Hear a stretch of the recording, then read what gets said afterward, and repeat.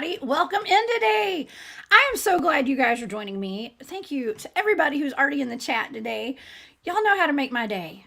You make a girl feel special. Okay, so we have a fantastic show today. I am so glad to have a family friend, actually. Bob is here today. Bob O'Kelly. He is a friend of my mother, my grandmother, my uncles. Well, he's a family friend, and he has spent time in combat in Vietnam. And we're going to talk about the rock apes. He's had a personal experience with rock apes. Now, I have heard stories about these rock apes in Vietnam. I had never met anyone who had personally experienced them until I met Bob, and so we're going to talk about that today. I can't wait to hear his stories. Okay. Hey, if you guys would like to follow my work and all the shows that I'm doing right now, please go check out my website. That's the cryptidhuntress.com. Y'all, I am going to be at so many different events this year. I've got the Georgia Bigfoot Conference. I'll be speaking there. That's in Dillard, Georgia, April the 1st. That's coming up in a couple of weeks. So I hope you guys will join me. Also, I'm going to be at the Spaced Out Radio fan party. We're going to broadcast live from the Golden Nugget in Las Vegas, Nevada. That's May the 19th through the 21st, I believe. Okay, and then I'm going to Grafton, Illinois. I'm going to be presenting at the Journey to Truth Conference. That's May 22nd through the 25th. So y'all come see me there. It's going to be so much fun. And I love meeting people in person, so I would love to see y'all there. Of course, I have a great show tomorrow night, too. I have remote viewed Old Green Eyes at a Chickamauga battlefield. That's here in Georgia. Some people think it's a witch. Others think it's a Bigfoot. Could be some kind of demonic entity. I've remote viewed it. I know exactly what it is now. So y'all please tune into that. If you'd like to get a sneak peek as to what it might be, you can join my Patreon. I'm going to be uploading my data today to Patreon. Barry Littleton will be on that show with me tomorrow night. So y'all please become a member of my Patreon. If you're already a member, thank you so much for your support. And also, if you'd like to support what I do, also, I do have a shop on Etsy. And y'all can go check that out. And I did have some people inquiring about the tracking videos that we've been talking about when I bring some of my guests on that my team has made. Bigfoot tracking videos, survivalist stuff. You can find those on my website. I have a handful of those in my shop. So y'all go to thecryptidhuntress.com and check those out and get one. I've had a couple people purchase those the past couple of days. All right. Well, let's get to our guest today. I am so excited to introduce my friend, Bob O'Kelly. Bob O'Kelly. Okay. Bob O'Kelly grew up in Atlanta, graduated from the University of West Georgia in 1970, and was immediately drafted into combat in Vietnam. Most of his early adult life was spent in Atlanta selling building materials.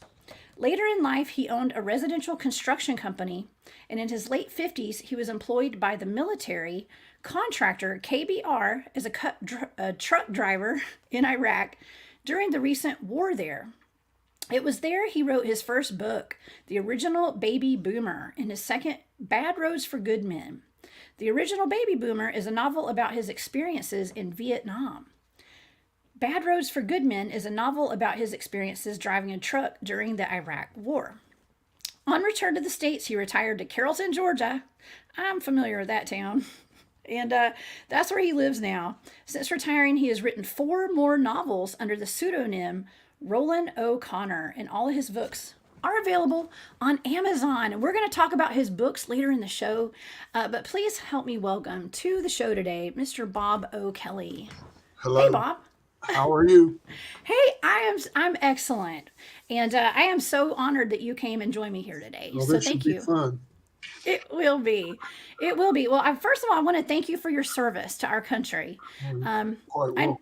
Yes, I know that was quite an experience for you being in Vietnam, and I can't even imagine. Just being drafted to go to Vietnam right out of college. I know. Well, it was a different world then, and that was, to say the least, on our mind. Yeah. Getting drafted. Oh my gosh. How old were you? Uh, when I guess I graduated at 22, 23 when I got drafted, which is a little older than most because I was a college graduate. And Yeah. also, if you were a college graduate, they tried to encourage you to go to officer candidate school. But the only thing they would offer you was an infantry job. So virtually all of us turned it down. And in doing so, we didn't realize, but that condemned us to being in combat. We did, I went in thinking, oh, I got a degree, they'll put me in finance. No. you know, when I got to my platoon, most of the people had some college and some had graduated. One guy had a master's degree. We had one guy with only a high school diploma and one dropout.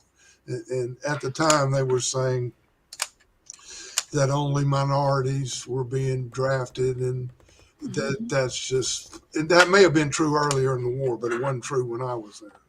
Wow. So, So, I mean, you immediately were put on the front lines. right, it's quite a shock. That's what the original baby boomers about.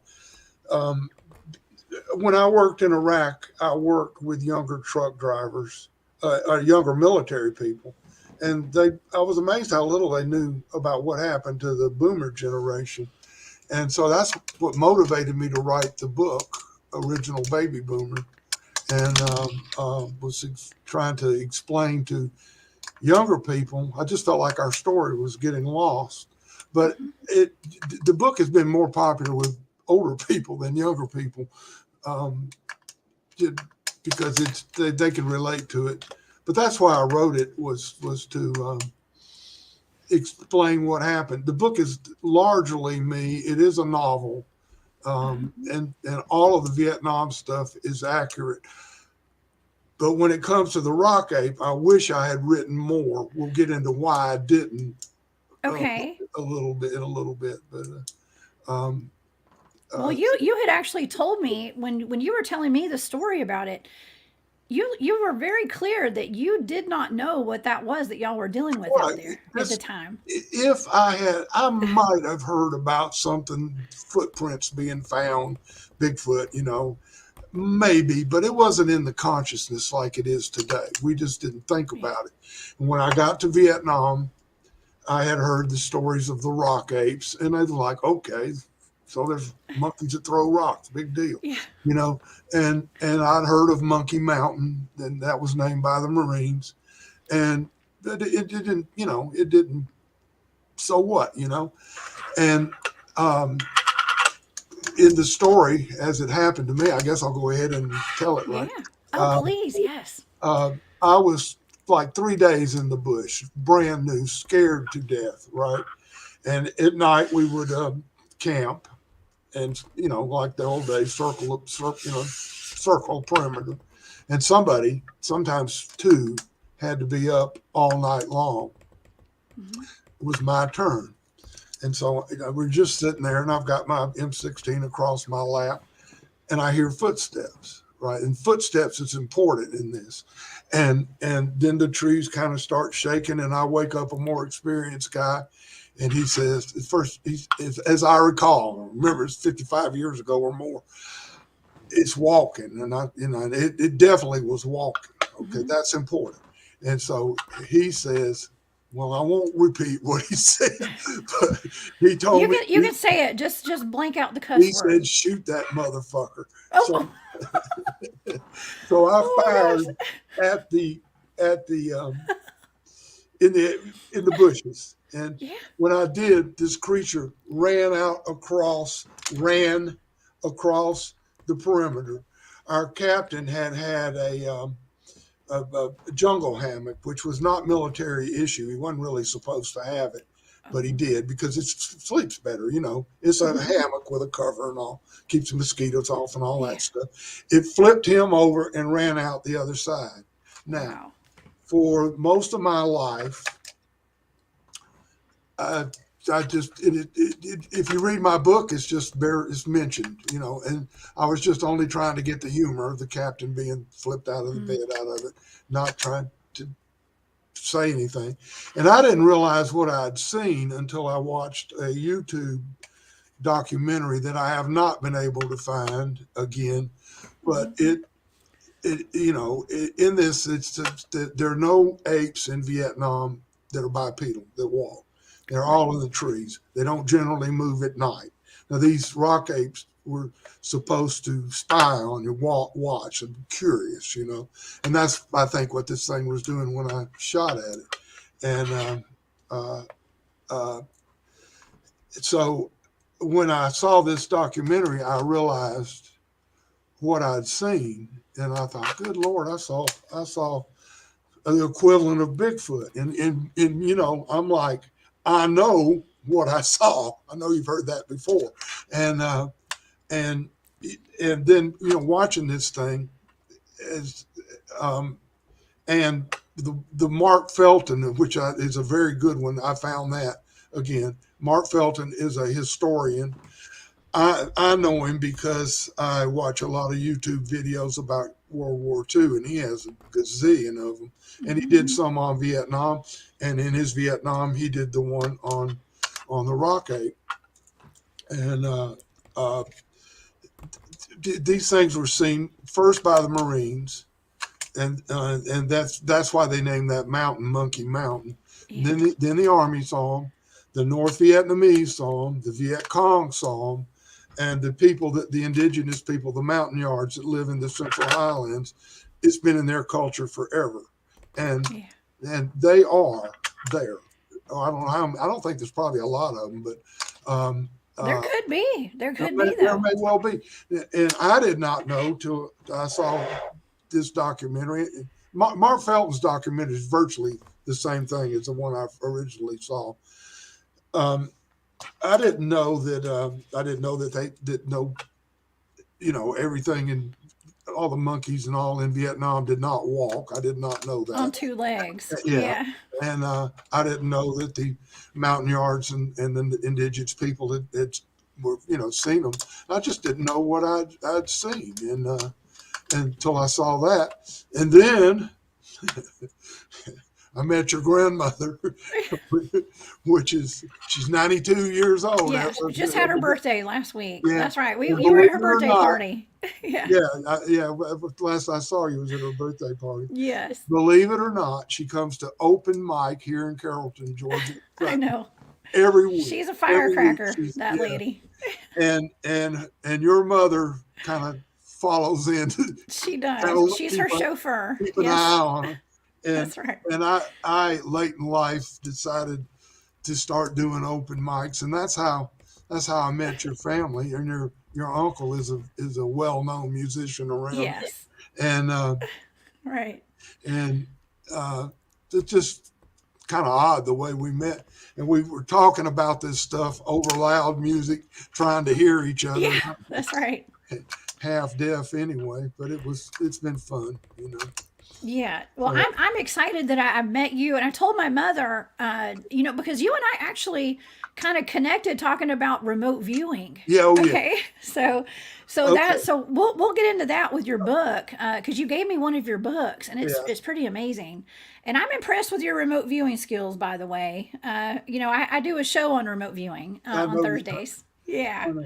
Well, I can't draw any claim to fame with that. I kind of felt like I quit while I was ahead, Well, that's okay. Yeah. And when you're remote viewing, you don't need to know what you're viewing. In fact, you're not supposed to. Yeah. That's right. And in day-to-day life for me, what I would like to view, I know what it is. So that kind of limits you, And, that's true. If somebody asks you to remote view something and gives you a reference number, you know what I mean? Yes. Some coordinates. Yeah, that's different. And now the only thing that I did to learn remote viewing was watch, I think her name was Prudence Caravisi. Don't know why I remember that. She had a course on YouTube, and all it was a weekend course she'd given somewhere.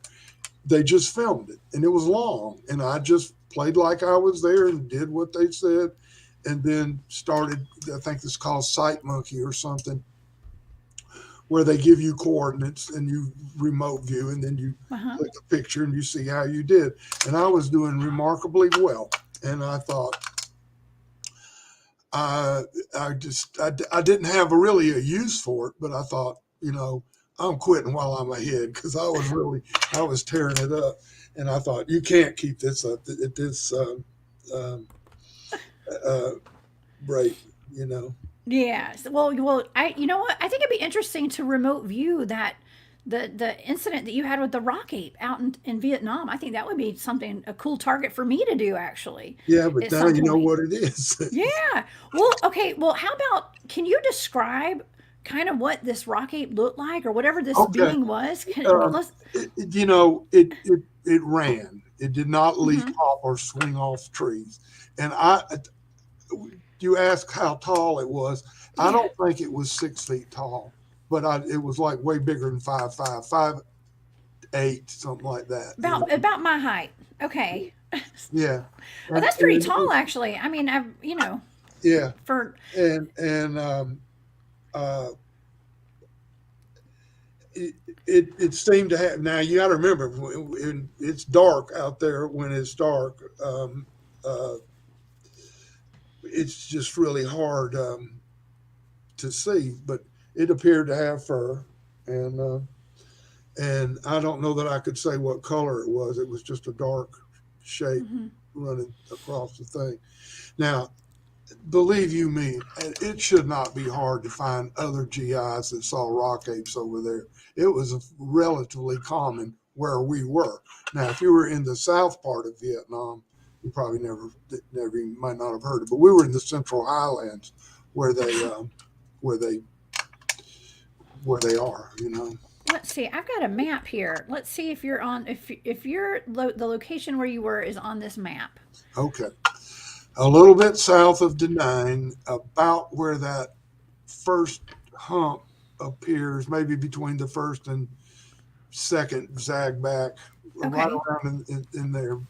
Uh, so Wow. where we were, south of Denine. The I was in the Americal. They're headquartered in Chulai, which is south of Denine, Hmm. and I was in the 11th Brigade, which was in Duc Pho, which is south of that. And then we would go north. I think, if I recall, it was 12 miles to a fire base called San Juan Hill, and that's where we worked off of now. But when we would, they would pick us up in helicopters there and Hmm. take us wherever. It was always in that area, but we really didn't know where we were.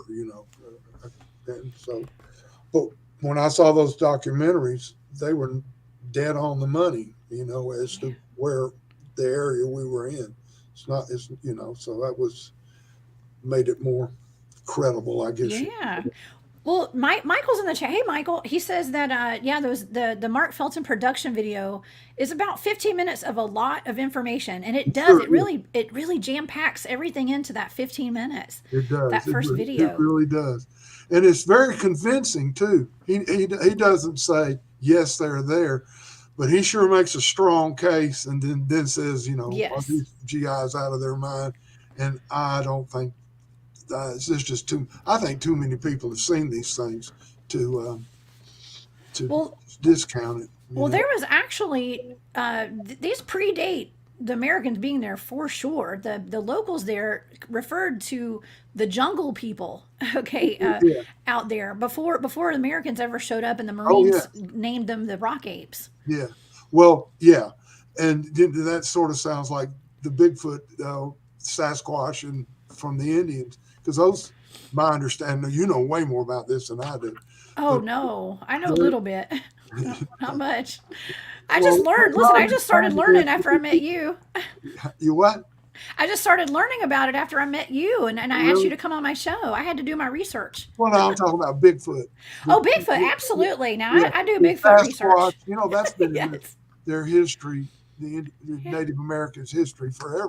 You know. Some people say they're ancient. They were some of the first beings on this planet. They may well be. I have some strange ideas, stuff like that. I don't know if I want to get into it or not. Well, you're listen. I'm one of the more open-minded people you're ever going to meet, probably. And I know that you and I are on the same frequency, Bob. Yeah, we are. We are. We We really really are. are. Yeah. So I mean, you can discuss whatever your opinions are on it if you want. I Well, mean, let's just say when I was in the 10th grade taking biology, and they tried to explain evolution. Well, I don't have a problem with things evolving, but then they said that the force that causes was natural selection, and I went, nah. You know? And I don't know what if. I mean, well, I'm sticking myself out there. It's okay. Listen, What if I say things I could talk about being sort interdimensional of and stuff. crystallize and then go back into being spirit and then crystallize until finally they just stay, you know? Mm-hmm. And, um, you, you know, maybe that's what Bigfoot does. It may not be physical all the time. You know? Yeah. Now, that's to me is out there, but I have had that thought. Let's just put it that way, you know? Well, well, I can tell you from experience that I have watched orbs float through the woods, and then right as the orb disappears, there's a growl and a grunt from a Bigfoot right in front of me in the tree line. Really. Yes. I've seen, okay. Well, Yes.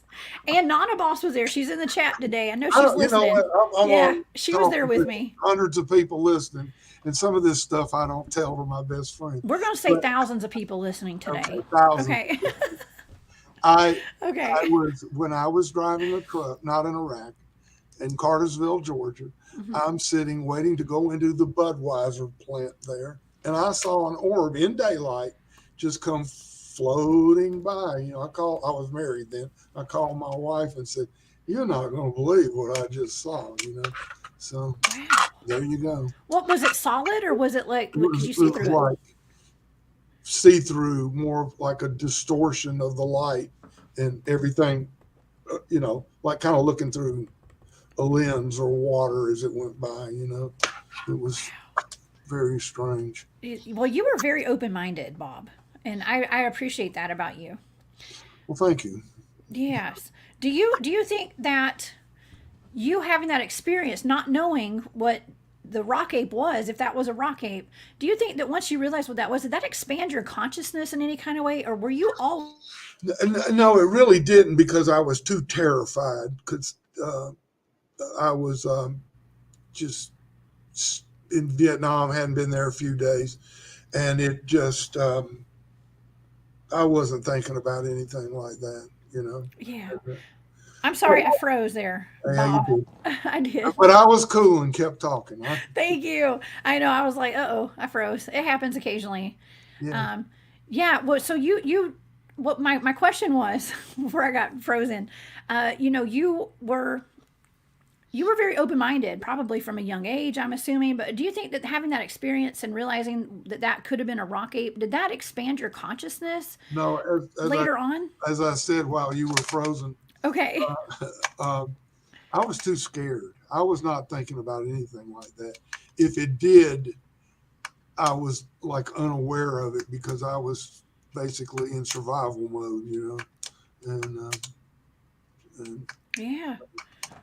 Okay. Well, when you got to Vietnam, uh, I remember you telling me that you were really worried about tigers attacking you and oh things yeah, like well that. I wasn't really worried about it until I got to my platoon, and they had just come in and they had killed a tiger, and um, uh, so I wasn't around to see the tiger. Actually, I wasn't. I probably should have been more concerned about him than I was, but you know, it was back in the days of having your pictures developed, and the pictures came back, and the guys I knew saw had pictures of the tiger, and and the original documentary that I saw, they had pictures of it, and the Mark Felton has different pictures of it, and I looked and tried to recognize if that was my particular platoon, but I really couldn't tell if it was or not. Wow. Well, I actually I did some research and I was typing in some search engines, tigers in Vietnam during the Vietnam War, and there were a lot of tigers that were killed by troops out there. Yeah, I think There are a so. lot. I didn't want to pull them up because I don't want YouTube to flag my video, but a lot of dead tigers with Oh, U.S. well, troops. they flag you for that. I know they don't like dead people, but I didn't. Yeah, no, even Bigfoot stuff, isn't it? They'll take your videos down for anything these days. That's So kind of, yeah, that's right. I have to be careful showing that stuff. Yeah. But all you gotta do is type in tigers in Vietnam during the Vietnam War, or just there's a lot of them. So Yeah. that had to been terrifying. I mean, not only are you there, a young man straight out of college, put into a combat situation, worried about tigers attacking you, gunfire, rock apes. Okay, just having something flipping over your commander in his hammock, and I mean it's got to be life changing. All of that. Oh, I suppose I'm sure it was. It was absolutely it was. It makes you more aware of what can happen. Some as and I do still feel this way that in America we have it made so well. We live in a bubble, and we just don't realize what it takes to keep it safe here and what can happen. And uh, so uh, yeah, it can be. Think about this though. You're a college boy drinking beer and chasing girls, right? Yeah. And then the next thing you know, I mean, February, within 6 months, you're in combat, and it's just, it really was a change. That's kind of what the original Baby Boomer is about, because it was such a change at the time. I started to West Georgia, where at orientation we had to have on a coat and tie. When we went to lunch on Sunday to Sunday, we had to appear as though we had been to church, whether we had or not, and you had to go in a coat and tie to eat your Sunday lunch. By the time I left, everybody had hair down to their butt, and we had co-ed dorms and hard rock music, and it was like that. The world changed in 1967, really, what they call it, the Summer of Love, and that really was a watershed for our culture. It just changed overnight to Wow. more or less what it is today, from what it was in the 50s. And Yeah. that was if you weren't young, you probably wouldn't have been able to handle it. I mean, it was really quite stark. So, Wow. Yeah, it's just it's really unimaginable to me. To when I was explaining to my son about this, he's only 8, and I was explaining to him kind of about the Vietnam War and the rock. I was telling him about the rock apes, but I kind of veered off talking about the war and how you soldiers were treated when you came back from war, and it wasn't right. There was a so lot of that was rather ugly mhm, sometimes. yeah, It really was hurtful. yes. I can't even imagine, and I'm sorry that you and your fellow veterans had to go through that. So, but I appreciate you, Bob. I appreciate you Thank very much. And so, yeah, and I appreciate you telling us the story about the rock apes. Now, did anyone else in your troop, did anybody else say, oh, that could have been a rock ape, or have you talked to them about this since then? No, I don't. I just think we accepted the fact that some animal, a gorilla, whatever, ran across our perimeter, and if it hadn't been walking and running, I, but it didn't like. There's nothing over there like that. Everything swings from trees, and Mm-hmm. it's smaller. And I have no doubt that sooner or later they're going to find these. And I did not know this at the time either, but we were in parts of the jungle where few people, if any, had ever been. And I did not know we were so thick in the jungle. Now, to tell you the truth, of course, I didn't mind the jungle. I actually kind of liked it. But you got Really? to understand, we were being fed and given water and stuff like that. I suppose if you know what you're doing, probably wouldn't be that hard to survive out there. But, uh, so I probably because I was taken care of, I probably have a warped view of the jungle. But just from day to day, it was really very beautiful. you know. Wow. So Well, okay, speaking of it not being, it's kind of like uncharted territory out there. I yeah. was reading about some of the explorers that have been out there, and I believe what we know is Vietnam today. It was kind of, I don't know if it was taken over by the French at some point. Yeah, it was. Okay, and I don't know my history of Vietnam very well, so you probably know a lot more than I do about this. And thank you, Renee, for that super chat. That is so sweet of you. Um, okay, so they back in I think it was like the 1800s or so, or it might have even been before that. They were exploring the jungles out there, and it's written that some of them encountered wild men with tails. Well, no, yeah, I saw that, but you know what? I don't recall. See, I don't. It didn't have a tail. What That if it didn't have a did? I tail. didn't see it. Interesting. Let's put it that way. Yeah, I saw that. And yeah, the French. I don't know when they came, but it was a French colony forever, and a lot of Vietnamese spoke French, and a lot of the words that the GIs use, like "beaucoup," that's really not Vietnamese. That's French, you know. Oh yeah. And a lot of the Vietnamese are Catholic because of the French, you know. Oh So wow. you know, Wow. it's Well, not. they had a name for them too. The Moi, I believe they called them Moi, and it's the wild men or savages is what they called them Oh, in the books that they in their journals and things like that. So, yeah, yeah, and also in 1912, this is something else. There was a book published by a French explorer, uh, and it said the natives kind of took care of the wild men, or they knew about these wild men out there, but they wouldn't really talk about it very much to yeah, people that weren't from there. yeah. And in that Mark Felton thing said they never hunted them. You know, they didn't like attack them or anything. I wonder if it But was you know, because they were like people. there was a, I guess you would call it a tribe called the Mountain Yards, and we were instructed to leave them alone.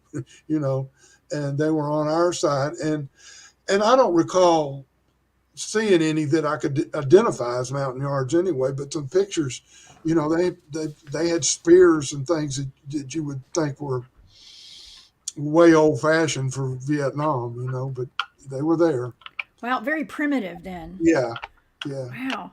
Now I actually found some pictures of okay, so there's other types of these Sasquatch type like wild men or whatever you want to call them. I'd say wild men or I don't know, rock apes. We'll just say rock apes. Okay, and so in different parts of Asia, they have different names for them. Like in yeah, China, they have the Yeren.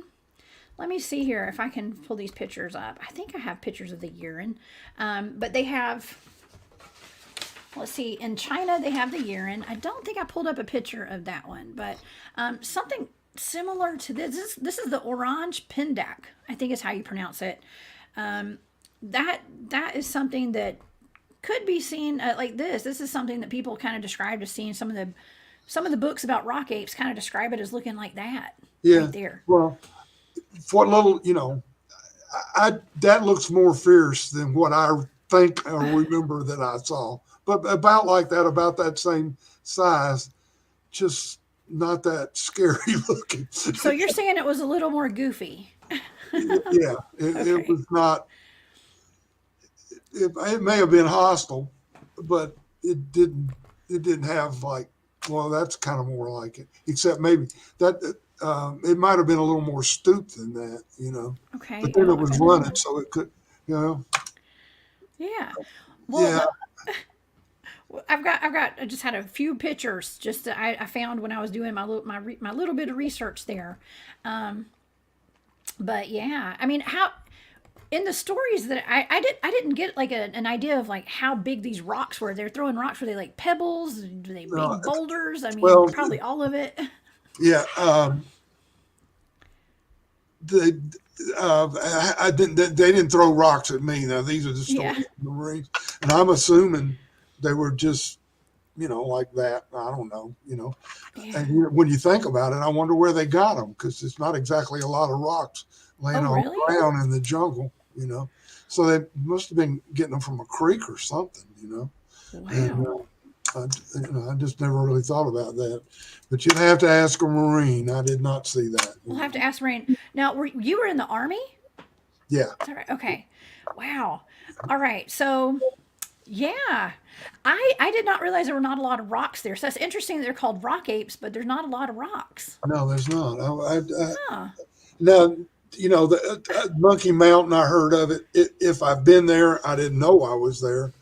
And so I can't really say what's on Monkey Mountain, but in general, in the jungle, they're just not, you'd be hard pressed to pick up pick up rocks off the jungle floor. Yeah. It's very Well, covered. well, Leaf. I was listening to that Mark, what is it, Mark Felton video actually, and and I wanted to give him credit because I got some information from that video that I watched that he made, and they were taught they jokingly the Marines jokingly called it the Battle of Dong Din. Okay, it was when the rock apes, which they named them rock apes, came and were they injured some of the Marines with the rocks that they were throwing. Really, Yeah. you know, that happened. They didn't just make this stuff up, Right. and name it and laugh about it and all. It really happened. They're really there. There's just no doubt about it. Well, okay, so I actually have some of the battalions that were there. Like in 1968, I believe it was Company. Oh, it's chicken scratch. So I don't know. Please forgive me if I wrote this wrong. Company M, Third Battalion Marines. They had rocks thrown at Monkey Mountain. Okay, this was like an ambush team. They were Yeah, in yeah, ambush and got ambushed by rock apes. yeah, Okay, yeah, and then in 1969, Company D, First Battalion, Second Infantry Regiment, they were resting, having lunch, reported an encounter with 8 rock apes.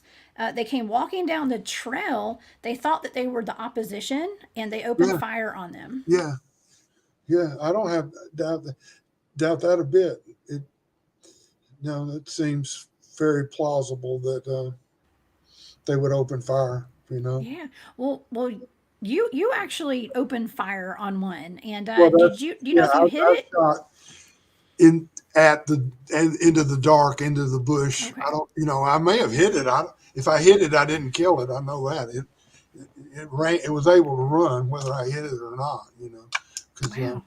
I Now, mean, were there any reports of any of these getting shot and any bodies found or anything? I'm assuming no, not. no. But I was just thinking about that when you talked about the Marines shooting at them on the trail. It wouldn't surprise me it wouldn't surprise me at all. In fact, I'd be surprised if somebody didn't hit one at some point.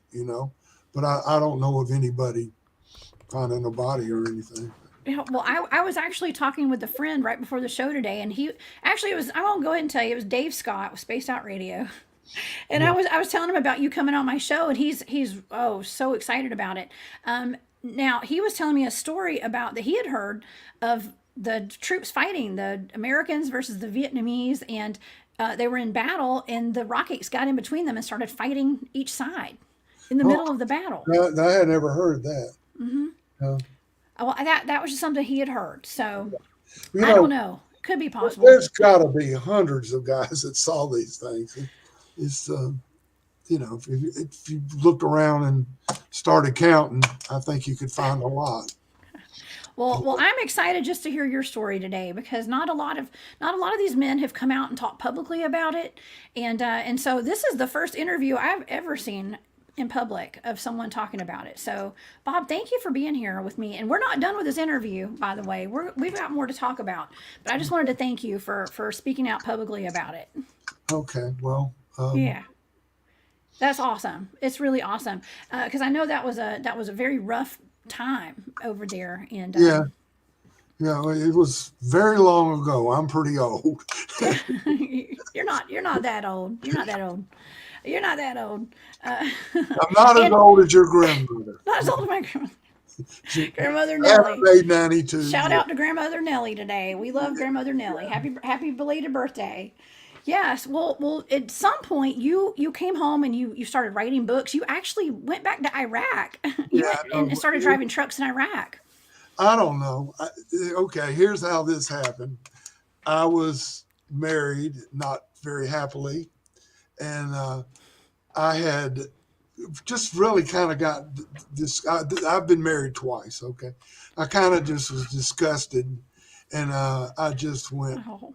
I work for a computer company, and and I met a lot of truck drivers in my job, and I had gone back to school and was studying programming, was going to make a career in that, and the company went out of business, and I just went, screw it, I'm going to drive a truck. So I went to truck driving school we got a little severance package, and I was single, and it was really kind of fun, strutting your stuff and putting on cowboy boots and driving across country and all that. It was fun Kind of for a like while. Smokey and the Bandit, huh? Yeah, yeah, uh, uh, and I was in Ocala, Florida, and I heard some guys. Oh, I just overheard a conversation, and the guy said, "Well, Jim got back from Iraq today. He said he made enough money to pay off his house, and Oh, he said it was okay." And I said, "Well." When I called my wife that night. I told her about that, and to my shock, she said, "That doesn't sound like a bad idea." Coincidence had it that where she worked for a government contractor, and two of her coworkers had taken a leave of absence and gone over there to do something. I think work on pumps or something, and came back, and they were all talking about how great it was. So I went home and I got online and I put in an application with KBR. 3 hours later, they called me back, and tentative to background check, they hired me. And of course, I got by the background check. And then right after Christmas of 2005, on January 1st, I think, I went to uh, Iraq, and started driving the truck. And the war, when I went over there, had kind of subsided, but after I got there, it picked oh, up, it picked back up. and Of I was course. like, well. But uh, I stayed, I, I stayed over there 5 years doing that. So, and then got divorced again and lost all my money. So I'm back to square one. Oh But gosh. Well, you don't have plans to go back, do you, to Iraq? no, no, man, Okay. I'm too old now. But I was pretty old then. In fact, I went over there. I was 59. So Hmm. that's pretty old. So Well, it takes a tough soul to go over there during wartime and drive a oh, truck. yeah, and you think a guy like me is like be macho war guy, but I'm exactly the opposite. Well, you And do go to yoga. I do know that about you. yeah, yeah, I'm the Well, when I go to the open mic, your grandmother tops me for being the oldest one there. But at She's yoga, the I'm oldest. I'm the oldest. Yeah. So and, Well, there's beautiful ladies at that yoga oh studio. yeah, I am sure. I, yeah. I see. I I know. posted. I know what you're doing. Yeah, they took a group picture, and me and this other older guy are standing around all these beautiful young women, and I posted on Facebook. This is why I do so much yoga. So, I don't blame you. Hey, you know what? You only live once. Well, this lifetime at least. And yeah. man, you have had quite a life. You have seriously. Hey, You deserve to be surrounded by beautiful women at the it yoga is studio. true, and the reason it's been quite a life is I did everything wrong. And my brother, he married his college sweetheart, had a family and jobs and a house and all that. And he's not going to see this, but sometimes I think he envies me because I've had all this adventure and stuff in my life, and mostly because I did everything wrong. And let's face You it, did everything wrong. deciding Oh, you're going to go drive a truck in Iraq, I would not call that normal behavior, but I did it. And everything happens for a reason. oh yeah, oh yeah, everything that's happened to me makes me what I am today, and that includes getting drafted in Vietnam. It includes all of it, all the bad things, all the good things make you what you are. And as you age, I think you get better. I think I'm a better person than I was when I was young. I'm, I think you know, you're a great person, Bob. well, thank you. I do. You are a great person. Yeah. Now, when you were in Iraq, did you visit any sacred spots out there? Well, um, I was okay. We were like 35 miles south of Missoula, and we were always going to Missoula. And then for a while, I was stationed there too.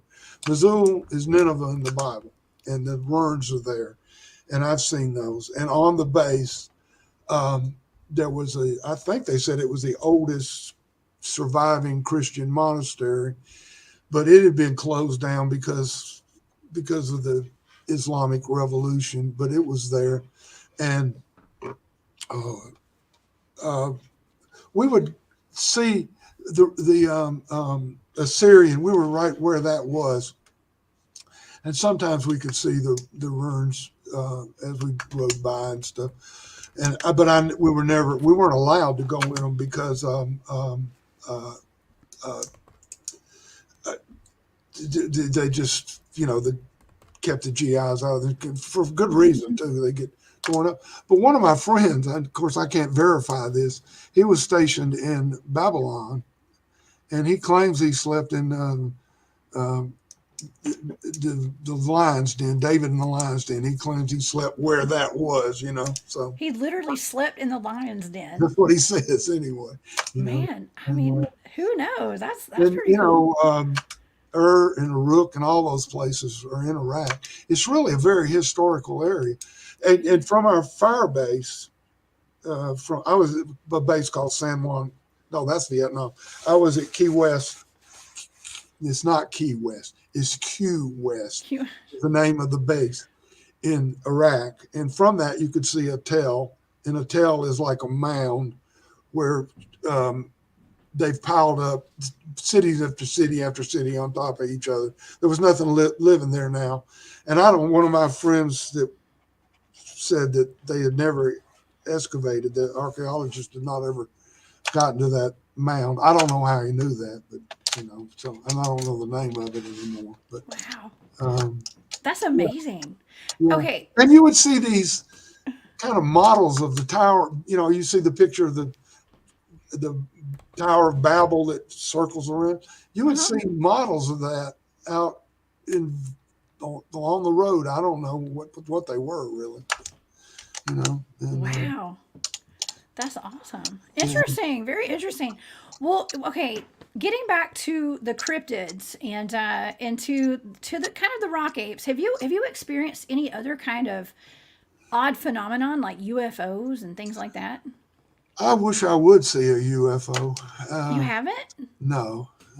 Well, Do you I look? saw I saw a possible one, and I decided it was a satellite You, cruising across the sky. But that happens. Well, hey, maybe I have to take you out bigfooting with my crew sometime. uh, I bet you would have a good time doing that. I think it would be fun to be honest with you. And, yeah.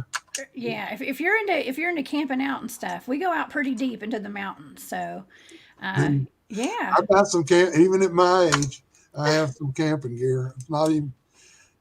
Um, Well, at your age, you're doing yoga and doing all sorts of fun stuff. Okay, so no, you're fit. it You can helps. handle it. It helps. The way Yeah. I started doing yoga was I'm fairly heavy now, but I was even heavier. And I was walking with a friend all the time, and he we were in the coffee shop, Gallery Row coffee shop. Hmm.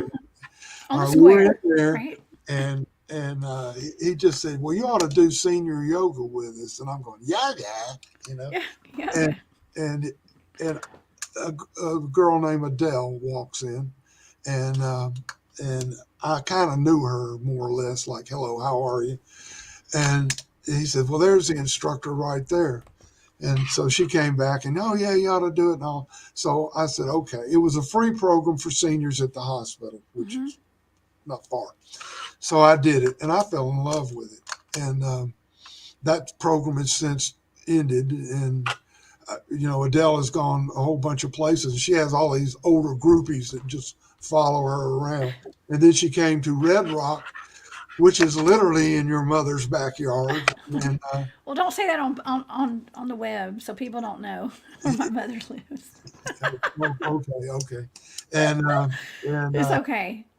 and uh, um, it's I just love the place, and I do yoga every day but Wednesday. So there you go. Yeah. even That's some. amazing. That's how you keep so fit, though. And, Well, and, it and I have it is like the fountain of youth to me.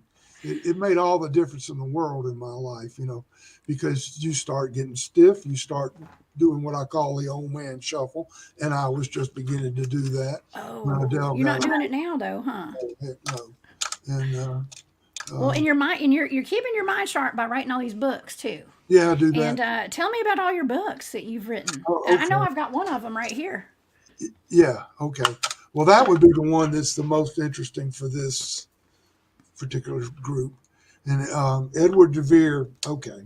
I guess I watch too much YouTube, but one day We all do. I was watching something, and it was called The Last Will and Testament, and it was a full-fledged documentary about who wrote Shakespeare. And all of these people, including Lynn Redgrave, who is a movie star from my ear, um, including Mark Twain, all kinds of people don't believe that Shakespeare wrote Shakespeare, and they Yeah. convinced me. And the most likely candidate is Edward de Vere.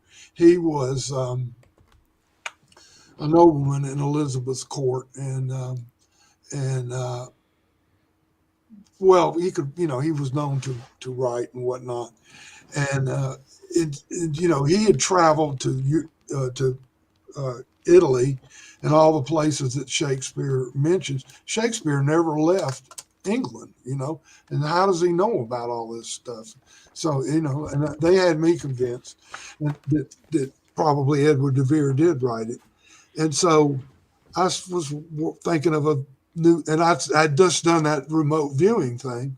So I said, well, all right, why don't we take and have I had written so much about West Georgia. My daughter went to Emory University in Atlanta, Oh yeah. and I said, So did I. and Well, I went to Georgia State. I have a yeah, degree from there. Yeah. yeah, well, and so I said, I can't use West Georgia anymore. I've already written two books that involve the college I went to. So I said it in Emory. And even though I grew up in Atlanta, I didn't grow up in that part of Atlanta. If you were to tell me to go find Emory University right now, I would have a hard time. That Yeah. place It's tucked away. is tucked away. It really It is. is. And uh, so I said it at Emory, and these students, one of them's a historian and one of them's a theater major, and they go to a lecture and become convinced, like I did, that Edward de Vere wrote Shakespeare, and so um, uh, they've also gotten involved in a remote viewing thing that's right off campus. Now, this is a little bit scary. Uh, West Georgia here in Carrollton is the one of few schools that has a parapsychology department, right? That's And right. so One of the head of one of my teams actually graduated from there with a degree in it. Trey Hudson. really, Yes, he did. well, I'm at this Earth Day hippie celebration. I told you I'm an old hippie. But anyway, out at Right. Tallapoosa Wellness Center. And Where they have the possum drop every New Year's Eve. yeah, yeah. Tallapoosa. Well, no, it's really named for the Tallapoosa River. Yeah. I'm It's just in kidding. Carrollton. It's not in Tallapoosa, Georgia, but they do have Oh, a okay. Okay. anyway. They do have that And though. and I meet the head of that department, and I start telling her about my book, and I said I have a professor at Emory. And this is my logic. Well, I said I cannot say Emory University is investigating remote viewing. So I had a professor have an off-campus remote viewing um, business studio, whatever you call them. And she says, "Oh, you must mean is it Corey Brown? Courtney. Courtney Brown? Courtney. Courtney Yeah, Brown?" Courtney Brown And with I Farsight said, Institute. "What are you talking about?" And she says, "Courtney Brown is a professor at Emory, and he has an off-campus Farsight Institute off Yeah. campus." And I went, "You're kidding me?" And she said, "No." And I said, "Well, either I'm going to have to change this character or call Courtney Brown, one or the other, because that's just too close." So I made the character female rather than male. Yeah. And I'm kind of sorry I did too, to tell you the truth. I wish I had just gotten in touch with him and said, "Hey, can I do this?"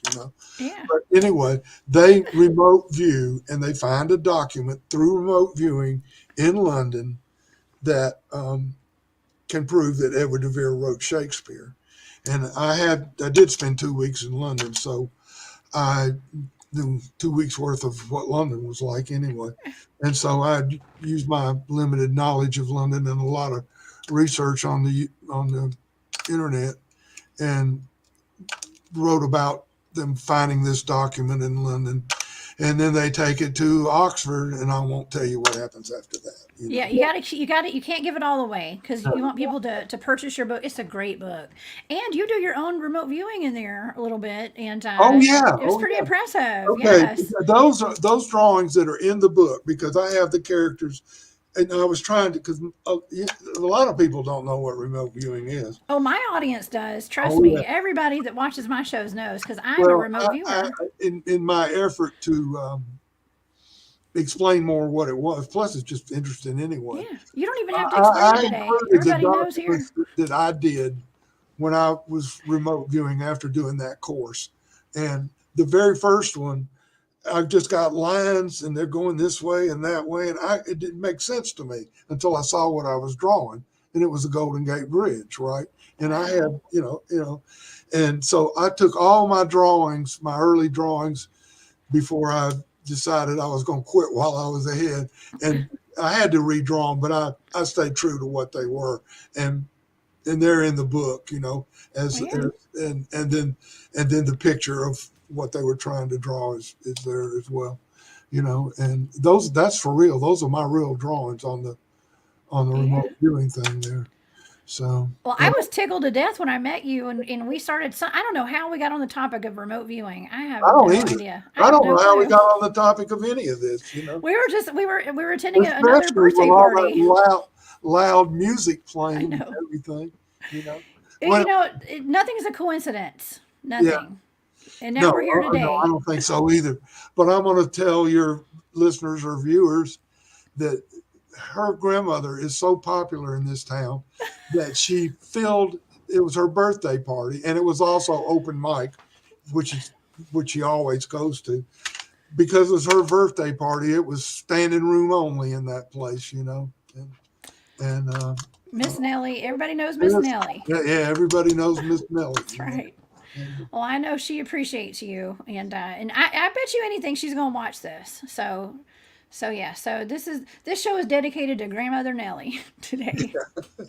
I'll see her. I'm It going to go is. do the open. That's another thing. I write, I do yoga, I do the open mic, and I spend an hour or two in the coffee shop every day. So for an old guy, I stay pretty busy, And, Well, tell me before we go today. Tell me about all of your books. Just kind of give me a little rundown of the titles so people can find them. okay, and I might be a little sorry I did this, but Okay. I put them all one day. I took books that had been under my real name and combined them all and put them under the pen name Roland O'Connor. And they're all available on Amazon. The first book is the one we talked about, Vietnam. The second book is about driving the truck in Iraq.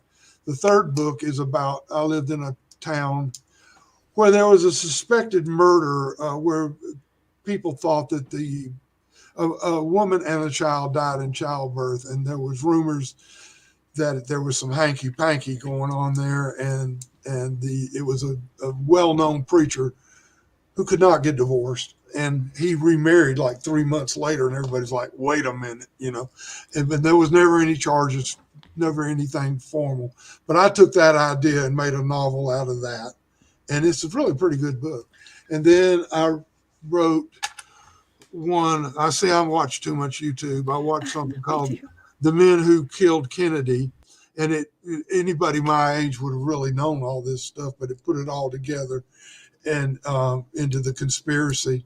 And I didn't want to make it about old people, so I took a millennial and had her find out that her grandmother was a stripper in Jack Ruby's club. Jack Ruby was the man that shot Oswald, he owned a strip joint basically. Oh my And gosh! In real life? yeah, Really? and yeah, and Wow. And I have a very old Things you CIA learn. agent, chasing them around. It's okay. And then the next book I wrote, it's not. I don't like this book, and it takes place in Bowden, Georgia, down the road, and at West Georgia, and it's called Assault on the Dream. It's all right. My editor says likes it anyway, and then what did I do? Oh, I started the last book I wrote is the one we were just talking about, Edward DeVere, Edward and they're DeVere. all um, under the pen name Roland O'Connor. You held that up, that cover. All of my books have a cover similar to that, and different colors, but um, and it's and I tried to standardize everything and use a different name because especially that first book has been published by publishers. It's been self-published. It's had 3 or 4 different covers. And when you put my Bob O'Kelly in, all this stuff comes up. And I said, I want to get rid of that. So I became Roland O'Connor. And I have not, in all honesty, and I think a lot of writers are this way. We would rather write than market, Right. and I'm friends with some authors. They say the same thing. and Yes. and I did not market these properly. And right now I don't even have a website up. You can get them on Amazon, but with this new book that's coming out. Oh, I got to tell you about the new book. Well, we're Okay. running out of time, aren't we? No, we're But fine. You go okay, ahead. I but already picked my son up from school I today. He got do out not early. have a title for it yet, so it has not been edited yet. But um, I call it my New Age hippie book, and it is about it's literally about, hey, if we don't learn to, it's funny for one thing, and I know it's funny because the people that read it just like in stitches, and and it is basic premise is, well, I'm sure a lot of your listeners are hip to hip to the fact that We're all hip. a lot of people think that there's a great awakening company coming. It's And already here. yeah, What are you okay. talking about Well, this coming? is about It's that. I already got here. 2 characters. And you're part of it right now. Okay. Yeah, You I'd are like to part be. of I it. really would like to be. 2 characters that get drafted by God Himself to be uh, light workers, right? In this great awakening. And, they get drafted in a previous life and then they have to come back in in this era and do all these things and all the powers that be. I've got Jesus and Buddha and Krishna and all these people there in heaven, and they don't particularly, they think God screwed up by choosing these people. So they send them. This sounds so crazy. That I sounds know. fun though. It is I funny. want to read that one. That sounds Yeah. fun. Uh, they end up going to Palladia and getting schooled and come back. This And of sounds right course, up my alley. I know. Of course, the cabal farms up against them to shut them up because they make a lot of money off people not loving each other. And I won't go into how it ends, but that's the premise. And I realize how crazy that probably sounds to a lot of Not people. I think people in my audience will totally be Well, on board with that one. and I Seriously. seriously I am am. trying to use humor to make people that maybe are not quite awake Mhm. think. Yes. And my editor, I love it, that. it says, she just said, Bob, she hasn't finished editing it, but she said, Bob, you're writing at a whole different level now. And I think I am too. I think you are. Yes. I And mean, you're just talking about things that a lot of people aren't talking about. I mean, you've come out publicly now talking about the rock apes in Vietnam. I love this. I love it. And as a matter of fact, Alicia, thank you for that super chat.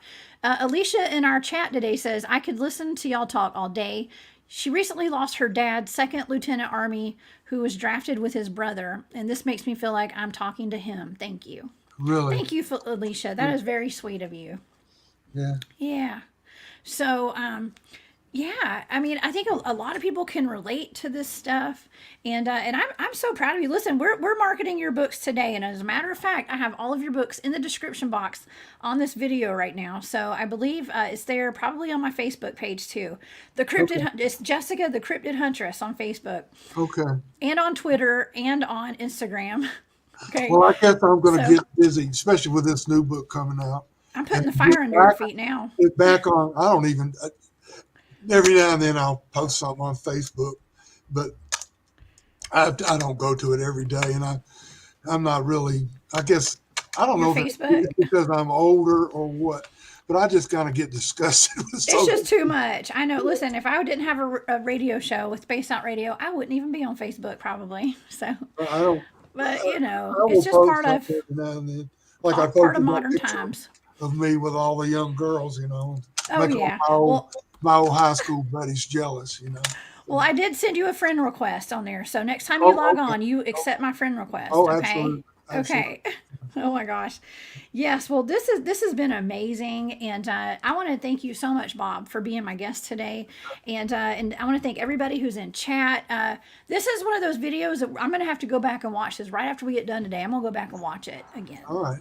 Yeah, Good. because this is awesome, and I would love to have you come back and talk with me. I mean, we Oh could yeah. talk about Well, I would love anything. to come back when I get this other book edited and a title for it, and published. I would love to come back and talk about that. Maybe even read a Yeah, little bit of it or something.